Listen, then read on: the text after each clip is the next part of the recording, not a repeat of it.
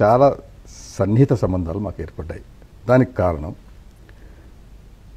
చాలాసార్లు టీఆర్ఎస్లో చేరాలి అని చెప్తే మీతో కలిసి పనిచేస్తున్నప్పుడు, మీతో వేదికలు పంచుకున్నప్పుడు నేను సభ్యుడిని కాకపోతే వచ్చే తేడా ఏమిటి నాకు అనిపించింది. అప్పటి నుంచి ఇప్పటి వరకు తెలంగాణ జనసభ వచ్చినప్పుడు అవే వచ్చాయి. ఎన్నడూ కూడా ఏ పార్టీలో సభ్యత్వం, ఎందుకంటే నా స్వేచ్ఛ నాకు ఉండాలి. సభ్యుడిని అయితే నా స్వేచ్ఛ పోతుంది. నాకేదో పదవులు కావాలని కాదు కదా, నా స్వేచ్ఛను నిలుపుకోవడానికి నేను ఏ పార్టీలో చేరలేదు. చంద్రశేఖరరావు గారితో నేను చాలా సన్నిహితంగా పనిచేయడానికి కారణం ఏమిటి అంటే, ఆయన పార్టీ పెట్టకముందు దాదాపు ఒక 6-7 మాసాలు నాతో సుదీర్ఘంగా కూర్చొని చర్చలు చేశాడు. తెలంగాణ సమస్య పుట్టుపూర్వోత్తరాలు అనుకున్నాడు, అనేక విషయాలు క్షుణ్ణంగా అధ్యయనం చేశాడు. నాకు అనిపించి ఒక స్టూడెంట్ మాదిరి గంటల తరబడి కూర్చొని, రోజు తరబడి కూర్చొని. అయితే ఆయన తెలుసుకునే పద్ధతిని నన్ను ఆకర్షించింది. ఆయన చాలా క్రిటికల్గా ప్రతిదాన్ని ఇట్లా ఎందుకు కావద్దు, అట్లా ఎందుకు కాదు, ఇట్లా అయితే ప్రతిదాన్ని క్రిటికల్గా అంటే నాకు అనిపించింది ఈయనకు విషయ పరిజ్ఞానం ఉన్నది. దాన్ని ఇంకా సుదీర్ఘంగా చాలా లోతుగా అధ్యయనం చేసే కోరిక ఉంది. దాంతో నేను చాలా ఇంప్రెస్ అయ్యాను ఆయనతో. ఈనాటికి కూడా నా అనుభవంలో, నా అభిప్రాయంలో ఒక రాజకీయ క్షేత్రం నుంచి వచ్చిన వ్యక్తికి, ఒక నాయకునికి తెలంగాణ సమస్యల పట్ల ఆయనకున్నంత అవగాహన చాలా తక్కువ మందికి ఉంది. రెండవది, అవగాహన సరిపోదు. ఆ విషయాన్ని ప్రజల్లోకి, ప్రజల భాషలో, ప్రజల నుడికారంలో తీసుకుపోయినటువంటి ఏకైక నాయకుడు నా దృష్టిలో. కనుక ఆ స్పందన వచ్చింది. కనుక చంద్రశేఖరరావు గారి వ్యక్తిత్వానికి 2 పార్శ్వాలు ఉన్నాయి నా దృష్టిలో. ఒకటి, తెలంగాణ సమస్యను అవగాహన చేసుకున్నటువంటి ఒక వ్యక్తిగా, చాలా చాలా విశిష్టమైన వ్యక్తిత్వం. రెండవ పార్శ్వం రాజకీయ నాయకునిగా, సమకాలీన రాజకీయాలలో రాజకీయ నాయకులు ఎట్లా ఉండాలో అట్లాగే ఉన్నాడు ఆయన. అంతకు భిన్నంగా ఉంటే నిలవలేడు. కనుక రాజకీయ ప్రక్రియను ముందుకు తీసుకుపోవాలంటే రాజకీయ నాయకుడే రావాలి. ఎక్కడి నుంచి రావాలి? ఉన్న వాళ్ళకెళ్ళి వస్తారు, ఆకాశం మీదకి వెళ్ళారు.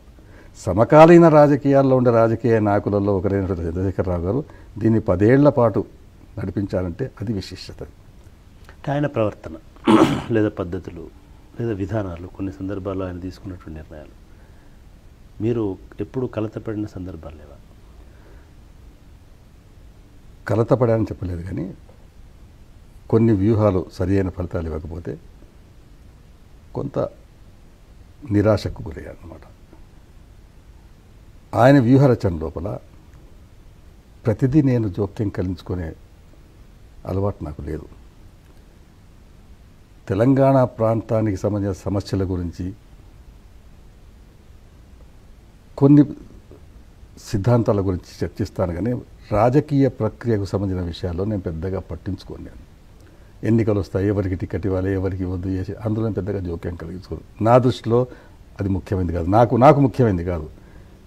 వాదన ఎప్పుడు పెరిగితే ఎట్లా పెరుగుతుంది, ఎట్లా బలపడుతుంది, దానివల్ల వీళ్ళు ఎట్లా గెలుస్తారని చూశాను, కానీ వ్యక్తులు నేను చూడలేదు.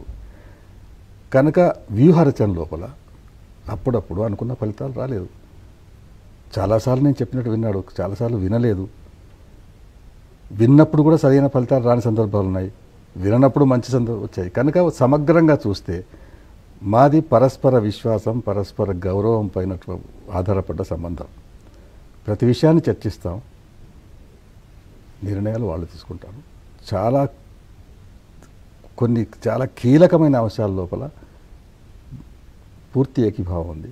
జయశంకర్ గారు, మీరు ఒక చంద్రగుప్తుని మలిచిన చాణక్యుడిలాగా మాట్లాడుతున్నారు. చంద్రశేఖరరావు గారు చంద్రగుప్తుడు కావచ్చు, కానీ నేను మాత్రం చాణక్యుడిని కాదు. నేను చెప్తున్నాను కదా, నా తపనంతా ఒకటి ఏంటంటే, చాణక్యుడు కూడా ఒక సాధారణ వ్యక్తిని ఒక ఆయుధంగా మలుచుకొని తన లక్ష్యాన్ని నెరవేర్చుకునేటువంటి ప్రయత్నం చేసినాడు. అంత అంత అంత అంత పెద్ద పోలిక బహుశా సరైనది కాకపోవచ్చు, కానీ నేను చెప్తున్నాను కదా, ఏ స్థానంలో పెట్టవచ్చు చంద్రశేఖరరావు గారిని తెలంగాణ చరిత్రలో? మా ఇద్దరి సంబంధం ఏ స్థానంలో పెట్టవచ్చు అంటే, మొదటిగా నేనైతే మంచి స్నేహితులు అంటాను, కానీ ఆయన చెప్పినప్పుడు మా గురువు గారు అని చెప్తారు.